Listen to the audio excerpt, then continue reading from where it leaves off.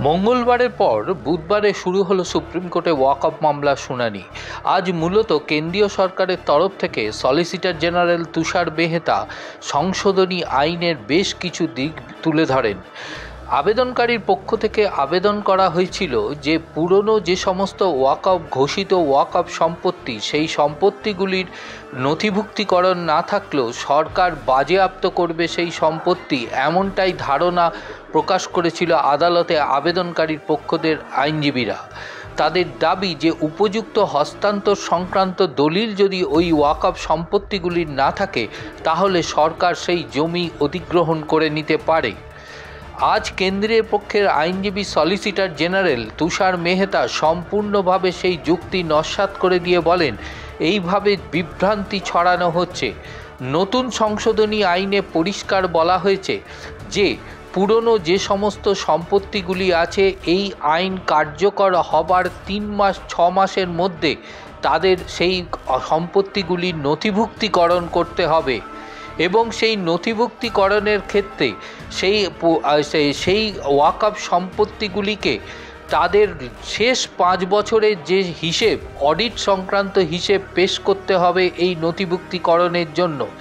এছাড়া ওই সম্পত্তিগুলি যে সমস্ত স্থানীয় আদালতের অধীনে রয়েছে সেই আদালত থেকে ওই সম্পত্তিগুলি চিহ্নিত সংক্রান্ত একটি শংসাপত্র পেশ করতে হবে সেই নথিভুক্তিকরণের রেজিস্ট্রারের কাছে।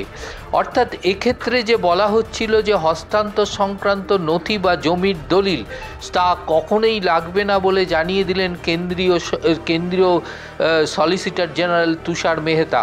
তুষার মেহতা আরও পরিষ্কার জানিয়ে দিয়েছেন যে 5 ইয়ার্স প্র্যাকটিস সংক্রান্ত যে সংশোধনী আইনে উল্লেখ আছে সেক্ষেত্রে পরিষ্কারভাবে এই আইনে বলা আছে যে শরিয়ত আইন অনুযায়ী, শরিয়ত আইনে মুসলিম বা ইসলামিকদের যে নির্দিষ্ট বিধান রয়েছে সেই বিধান মেনেই করা হয়েছে।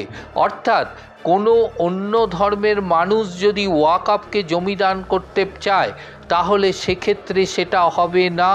শরিয়ত আইন মেনেই কিন্তু এই ওয়াকফের জমি দান করতে হবে। শুধুমাত্র হস্তান্তর এবং সরকারি অধিগ্রহণের ক্ষেত্রে ওয়াকফ সম্পত্তিগুলির প্রসঙ্গে তুষার মেহতা পরিষ্কার করে দিয়েছেন আদালতে।